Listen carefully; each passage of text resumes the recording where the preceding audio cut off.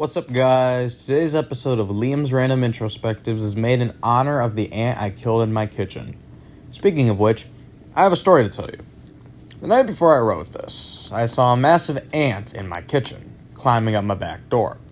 I decided at first to choose mercy, and I opened the back door, hoping it would crawl to the other side so I could shut the door.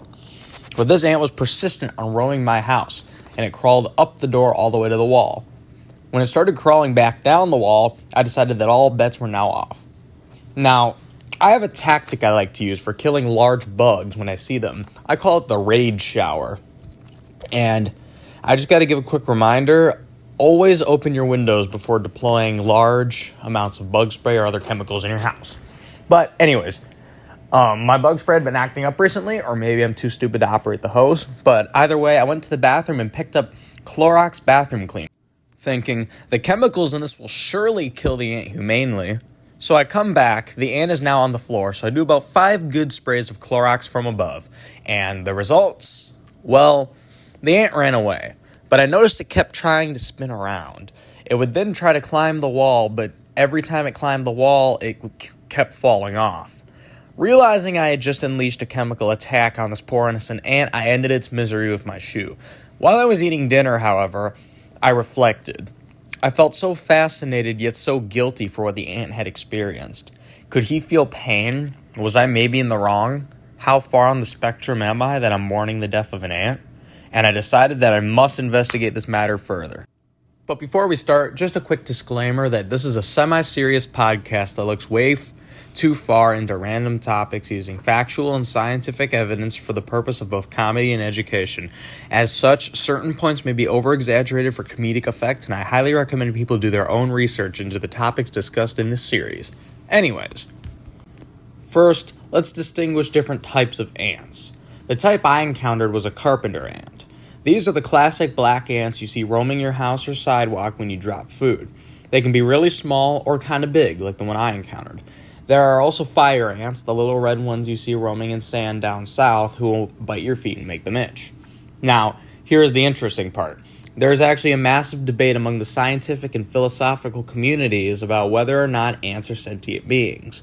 The reason this is important is because pointlessly and unreasonably harming a sentient or semi-sentient being, i.e. people, dogs, cats, bunnies, birds, etc., is generally considered bad, while harming non-sentient beings, i.e. flowers, weeds, etc., is generally considered morally neutral. So let's break this down. Our first point of discussion today will be emotions and memory. An ant's brain contains approximately 250,000 neurons. That's a lot, but nowhere close to the 2.2 billion in a dog's brain and the whopping 85 billion in a human's brain. Due to this, ants cannot feel complex emotions. They don't feel happiness, sadness, loss, or love. Whether an ant can or can't experience fear or anger kind of depends, though. Sure, they don't stay up all night endlessly worrying about how much ant riz they have, and ants don't experience anger in the sense of deep emotional problems. However, ants do have survival instincts. First of all, addressing fear, fire ants bite and sting anything that poses them a threat. This proves that ants have at least a basic concept of self-defense, but many non-sentient beings have self-defense mechanisms as well. Like peppers being spicy, for example, or my personal favorite, the kala cactus, which literally fires spikes at anyone who gets too close. But let's say you try to crush an ant and you fail. What does the ant do? It runs. It also releases an alarm pheromone, which tells nearby ants that there is danger. If you stroll upon a group of fire ants, one ant will release the alarm pheromone and send the others into attack mode.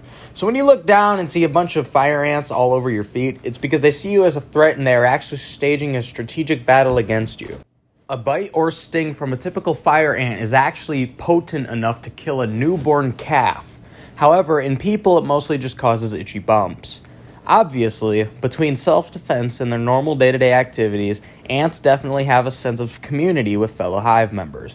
This doesn't mean that ants form close emotional bonds with each other, but they do have remarkable teamwork skills. Addressing anger, ants actually can and do hurt each other. Let's say an ant sends pheromones to his colony that food is nearby. We'll call him Jeff. But then when the colony investigates, there is no food to be found.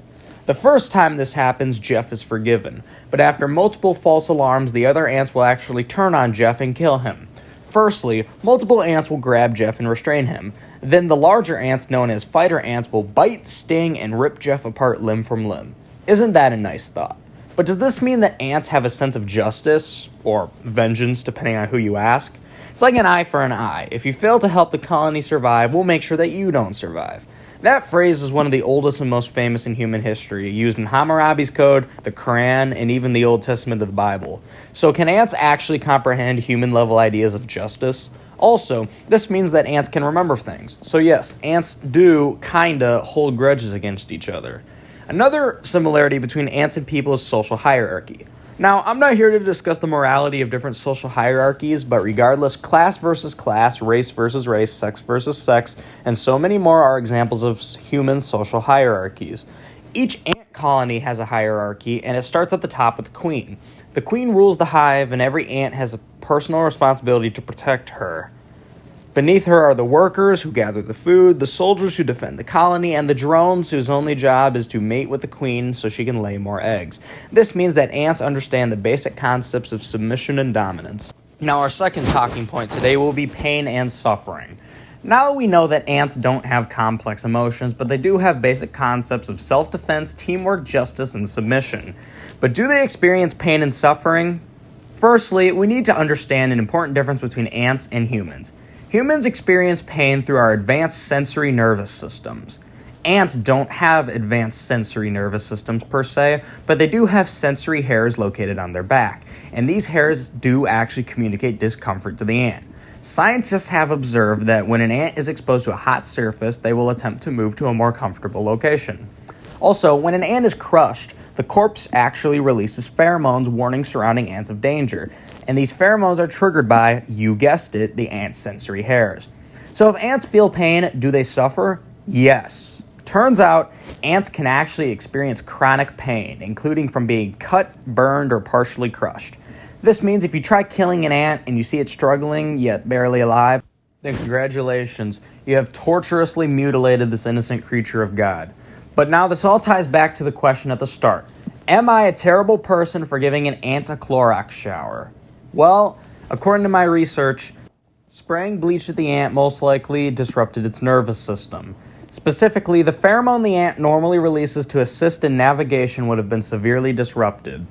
This would have caused extreme confusion and disorientation, and that combined with the moisture on its feet is what was preventing it from climbing back up my wall. So he was definitely dizzy, but was he also in pain? Well, let's just say the bleach was not kind to his exoskeleton, or to his internal tissues. Yeah, that was my bad. So moral of the story, just use bug spray or a shoe. But that's all for today, and I'll see you guys on the next episode of Liam's Random Introspectives.